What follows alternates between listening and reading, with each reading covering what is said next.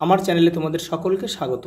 আজ আমরা তৃতীয় শ্রেণীর রায়ান মার্টিন প্রশ্নবিচিত্রা থেকে পরিবেশের দ্বিতীয় পর্যায়ক্রমিক মূল্যায়নের ৮ নম্বর স্কুল সলভ করব।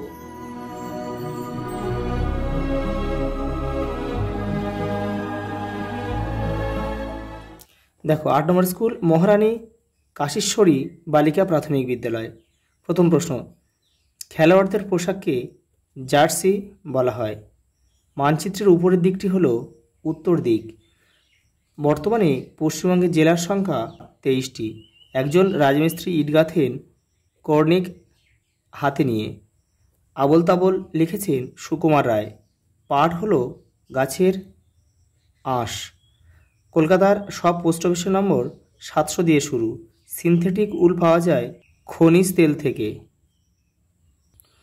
পরের প্রশ্ন, 2 দাগে স্তম্ভ রয়েছে। কার্পাস তুলো সুতির কাপড়। যাদের নির্দিষ্ট বাড়ি নেই যাযাবর। ভূমিকম্প কাঠের বাড়ি।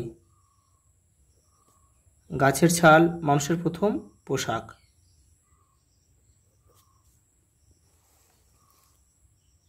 তিনের দাগে দেখে না, শূন্যস্থান পূরণ করো। ম্যাপ শব্দটির বাংলা অর্থ মানচিত্র। সিনথেটিক উলকে ক্যাশমিলান বলা হয়। আমাদের রাজ্যের নাম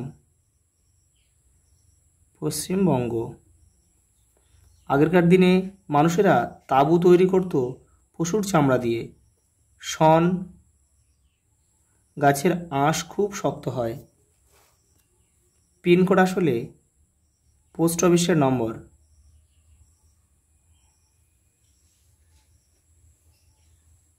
পোস্ট অফিসের নম্বর।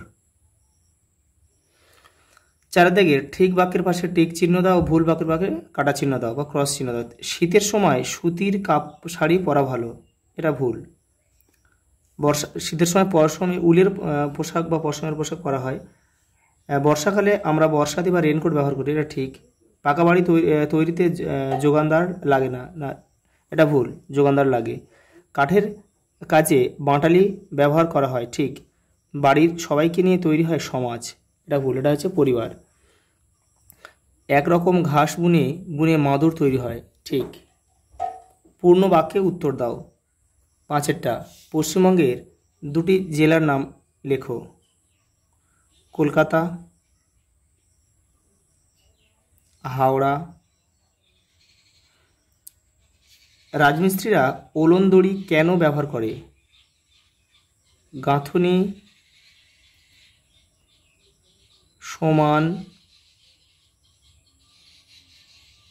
করার জন্য। পরের প্রশ্ন দেখো, টুনটুনির বই কে লিখেছেন? উপেন্দ্র কিশোর রায়চৌধুরী।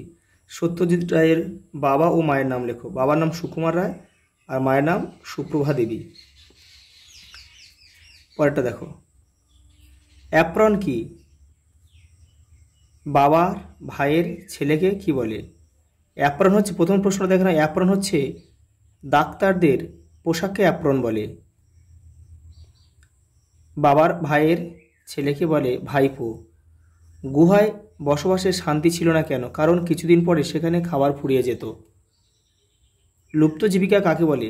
আগে যেসব জীবিকা করে মানুষ জীবন ধারণ করত, কিন্তু এখন সেই সব জীবিকা আর তেমনভাবে কোনোভাবেই চলে না। একটি লুপ্ত জীবিকার নাম লেখো, যেমন বেহারা।